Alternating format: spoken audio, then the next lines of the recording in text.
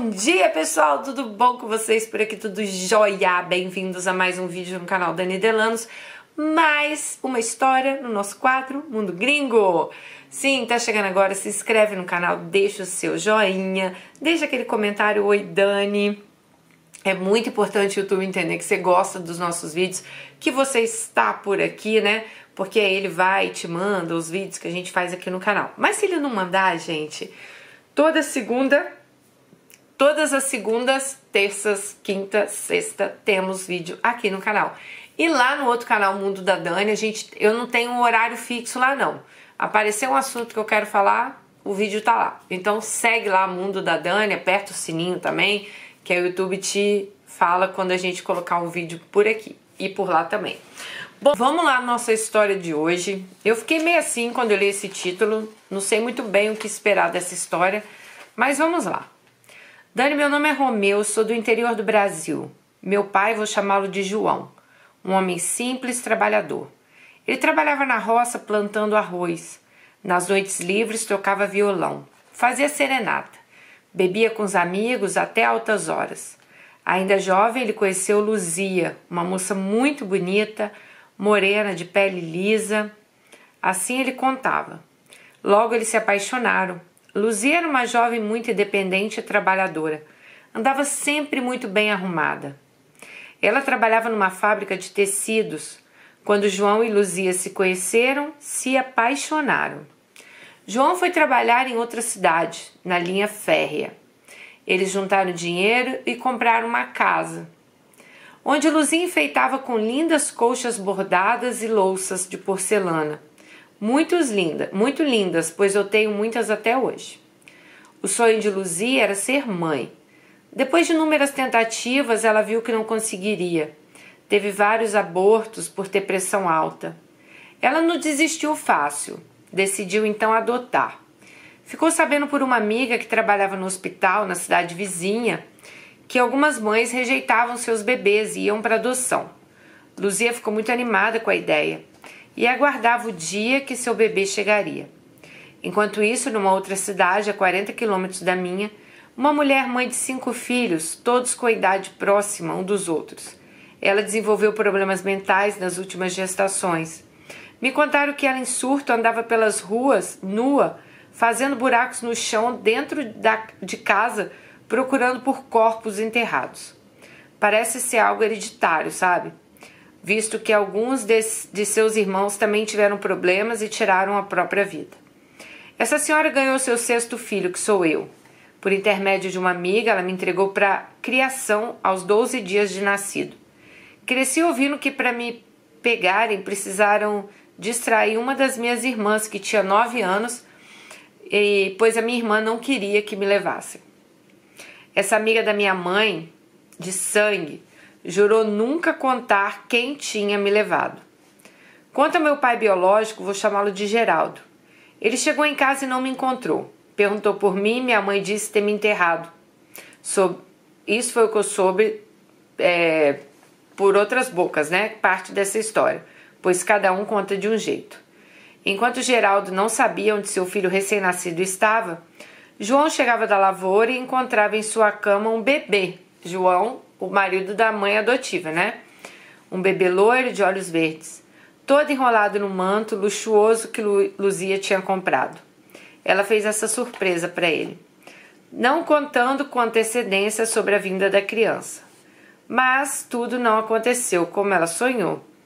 João não queria ter um filho adotado. Ele suportou a ideia para ver Luzia feliz, mas a felicidade dela duraria pouco. Infelizmente, aos 35 anos de idade, Luzia faleceu, sem que eu pudesse ter criado memórias com ela. Eu tinha 1 ano e meio nessa época. João teve de cuidar de mim sozinho. Como ele precisava trabalhar, ele me deixava aos cuidados de 2 de seus irmãos solteiros, Nair e José.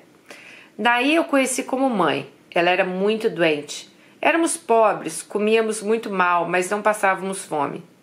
Meu pai ajudava com o grosso. Ele recebia uma pensão pela morte de Luzia. Me lembro dele levar roupas usadas e leite ninho para mim. O resto do dinheiro ele gastava com mulheres e bebidas. Meu tio José também era muito doente. ele tinha muita dor na coluna de tanto trabalhar na roça. Eles faziam o que podiam para cuidar de mim. Eu era muito custoso. Várias vezes ia levar marmita para os meus primos no serviço e parava no caminho, eu abria as marmitas e comia as carnes. Depois de muito tempo eu fui descoberto. Minha tia, percebendo que eu roubava as carnes, passou a me fazer almoçar antes de eu levar as marmitas. Nessa época eu comecei a me envolver com más companhias. Eu aprendi a roubar além das carnes. Eu passava óleo de cozinha no cabelo, pois eu tinha muito piolho. Lembro que os piolhos até brigavam entre si. Também tinha bicho de pé e fui crescendo assim, aguado. Quando fiz 9 anos, sofri outro abandono. Tia Nair faleceu. Eu era muito rebelde, meu tio não me suportava mais, então voltei para a casa do meu pai João. Eu me meti em briga sempre. Cheguei a furar a cabeça de um amigo com uma pedrada. Espetei o lápis no braço de um colega e joguei fezes no rosto da professora. Por causa disso tudo, meu pai começou a me levar com ele para a roça e me tirou da escola. Na roça ele me cobria com uma lona por causa da chuva enquanto roçava o pasto.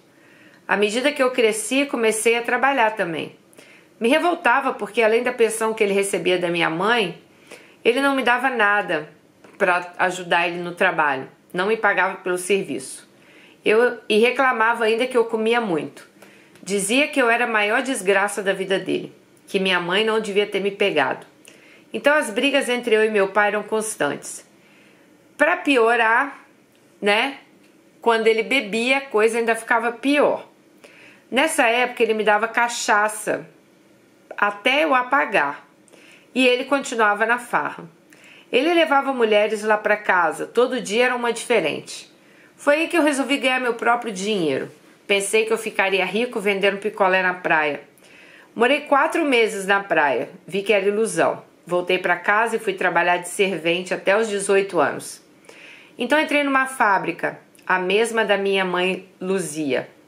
Aos 22 anos eu soube por uma senhora que trabalhava enquanto ouvia um rádio que uma mulher procurava um irmão dela pelas redondezas.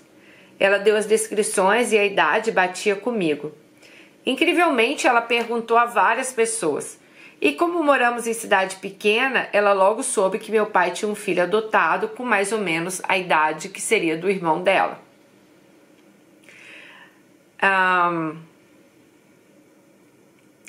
Ao ver o João, o pai, ela pediu para falar comigo. Me perguntou se eu tinha interesse em conhecer minha família biológica. Eu aceitei, pois não tinha nada a perder. Levei um amigo comigo. Fui muito sem jeito até essa rádio. Quando cheguei, a recepcionista me perguntou o que eu queria. Eu disse a ela que eu precisava falar sobre o anúncio de uma família que estava buscando um rapaz perdido. Ela perguntou meu nome e quando eu disse, a moça se levantou com uma criança e começou a chorar e me abraçar. Era a mesma... a moça era aquela irmãzinha dele que tinha 9 anos no começo da história que não queria que levassem ele, lembra? Ali todos começaram a chorar. A criança me chamou de tio. Eu não consegui chorar, mas eu me surpreendi ao ver o quanto nós nos parecíamos. Entramos ao vivo na rádio e depois disso conheci toda a minha família. Meu pai e eu somos muito parecidos. Soube então que minha mãe havia sido internada no manicômio, onde ela morou por 20 anos, e tinha falecido 4 meses antes de me encontrarem. Quando ela estava lúcida, ela lembrava de mim. Nessa época eu conheci Daiane. Ela era famosa por ser boa de cama na cidade. Era mais velha e experiente. Moramos juntos 5 anos. Sempre brigávamos e voltávamos. Numa dessas separações ela ficou grávida e foi uma alegria. Voltamos pelo nosso filho. Eu não queria que ela passasse o que eu passei. Eu ainda tinha muitos traumas, eu era agressivo com as palavras, eu tinha acessos de raiva. Mas era uma raiva de dar murro na parede, sabe? Ainda hoje eu tento controlar minha personalidade. Daiane sempre foi uma mulher fogosa, eu tinha muitos ciúmes, dávamos muito vexame. Ela bebia além da conta. Quando meu filho nasceu, eu percebi que ele era muito diferente do que eu pensei. Ele era lindo e grande. Porém, ele era moreno e de olhos negros. A mãe dele é Clara e eu também. Eu diversas vezes perguntei sobre a paternidade a ela e ela jurava que era eu. Eu me apeguei a ele, afinal aquela criança não tinha culpa, né?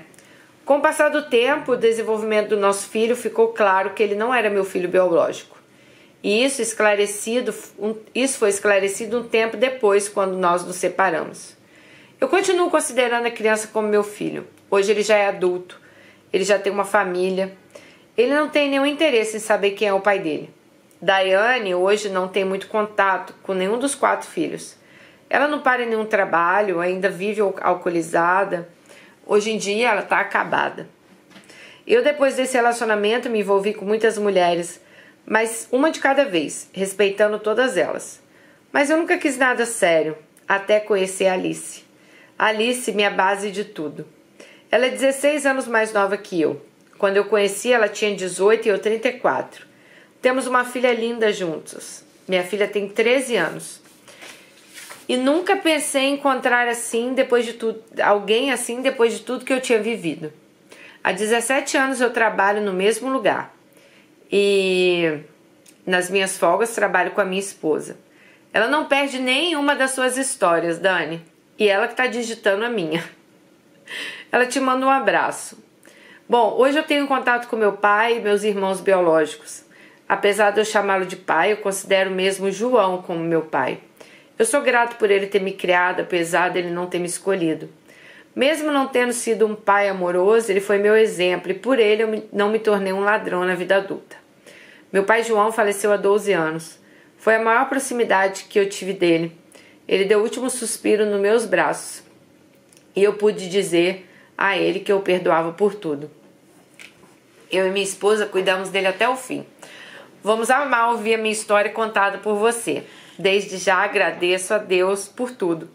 E tenho muito que melhorar na minha personalidade. Mas eu sei também que a perfeição não existe. Ah, Romeu, obrigada. Obrigada por ter dividido a sua história de vida com a gente, né? Ele tinha botado assim no título: fiquei desaparecido por 22 anos. Eu falei, nossa, como assim esse cara ficou desaparecido por 22 anos? Mas aí a gente entendeu, né? Que é difícil, né? Eu não sei, assim, na minha família a gente tem uma prima que ela é adotada, né, Isabela. A minha tia pegou ela com 3 dias de idade, mas eu acho que ela nunca conheceu a família, assim, biológica dela. Eu não sei como é para uma criança que é adotada isso na cabeça, né? A gente tem várias histórias de Alices aqui que foram adotadas. E eu sei que ao mesmo tempo que eu acho que você se sente muito grato, assim, por alguém ter te pego, cuidado de você, né? Eu acho que passa muito na cabeça também, mas por que que me deixaram? O que que aconteceu, né? A gente teve uma história de malícia aqui, eu acho que eram 2 irmãs, a mãe criou uma, mas deu ela, entendeu? E ela falou que ela ficou a vida toda se questionando por que que, né, me deu e ficou com a outra. Então, assim, são muitos questionamentos, mas eu acho que você tem sim que agradecer, né, a Luzia, que foi lá com todo o amor. Infelizmente, né, ela morre 1 ano depois que você chega, mas eu tenho certeza, assim, que ela tinha muita vontade de ser mãe. Gente, eu não vou nem entrar nos méritos de como era adotado, como era isso, porque a gente está falando aí de muitos anos atrás, acho que 40, ele deve ter mais de 40 anos hoje, né? Eles têm filhos adultos, talvez ele tenha mais de 50 anos hoje. E os métodos de adoção antigamente eram bem diferentes de hoje em dia, né? Isso aí todo mundo sabe como era. Era bem o que ele falou. Ah, tem uma pessoa que não quer o filho, ah, dá o filho, aí você já vai lá e como é que fala? Registra no seu nome, né? Hoje em dia, claro, tem as leis, né? Você vai para um orfanato, você tem toda aquela história que, claro, super válida, mas antigamente a gente sabe que não era assim. Então, eu imagino que também para você deve ser muito bom saber que a Luzia te queria, né? E igual você falou, o seu pai, por mais que talvez ele não quisesse, o seu pai João, mas ele te criou do jeito dele, ele ficou com você, ele esteve com você, né? Ele não chegou, vou dar você para alguém, vou te colocar para fora, né? Então eu acho que a gente tem que ser sempre grato mesmo às pessoas que fizeram pela gente, que criaram a gente. Eu não fui filha adotiva, mas eu também agradeço muito por ter tido, por exemplo, a minha madrasta, né, perto de mim, que me criou com tanto carinho, com tanto amor, sabe? Que eu tenho certeza que ela tinha muito amor por mim e por meu irmão, porque a gente sentia isso. Então é muito bom a gente saber que mesmo aquela pessoa não sendo o nosso pai, a nossa mãe, é uma pessoa que quer muito bem pela gente. Porque eu, por exemplo, eu tenho 2 filhos, né? Eu sei que amor de pai e mãe, principalmente de mãe, eu acho que de pai também, pelo menos lá em casa, sim, eu tive um grande exemplo de pai com amor incondicional. São amores incondicionais. Quando eu falo incondicional é o quê? Ah, você morreria por essa pessoa? Morreria. Pelos meus filhos, sim, sabe? Então isso eu acho que é amor incondicional. Você faria qualquer coisa pelos seus filhos. Aí vem a questão da adoção, né? Que eu acho que é isso que muita gente às vezes se questiona. Será que ela faria por mim o que ela faria pro filho verdadeiro dela? Mas eu acredito que sim. Eu já li, infelizmente aqui no canal a gente teve, né, histórias de adoção não tão boas, mas tivemos muitas histórias de adoção assim que realmente as meninas foram muito bem criadas, muito bem tratadas, né? Igual eu falei, na minha família a gente tem um caso de adoção e nossa senhora, a Isabela, a minha tia já faleceu, mas a Isabela era tudo pra minha tia, assim, era aquele amor incondicional, sabe?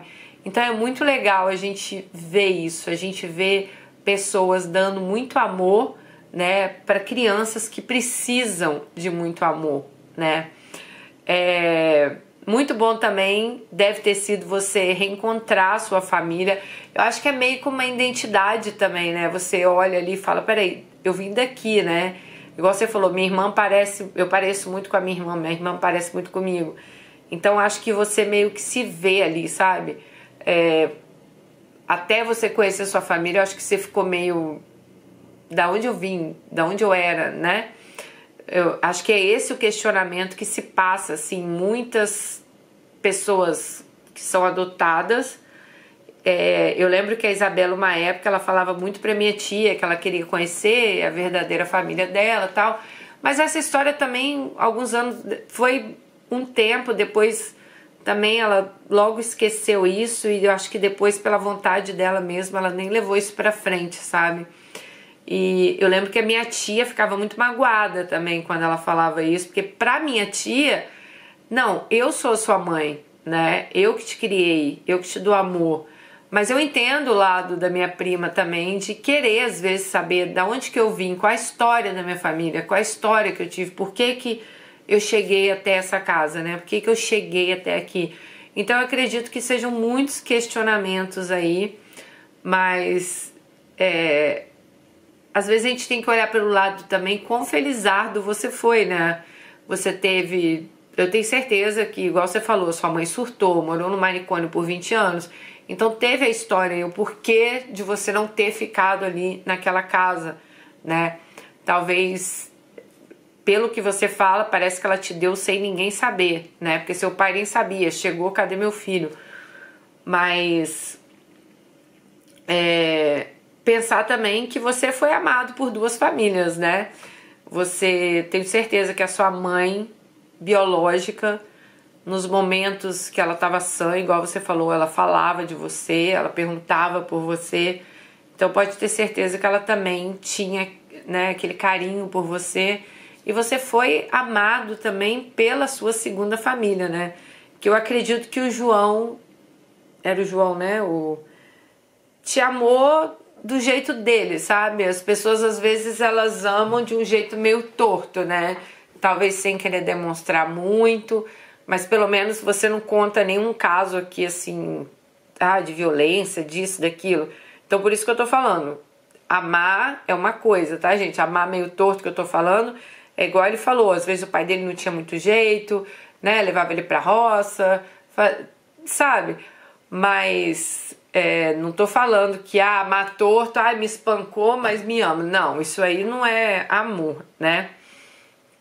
Mas legal você contar a sua história pra gente.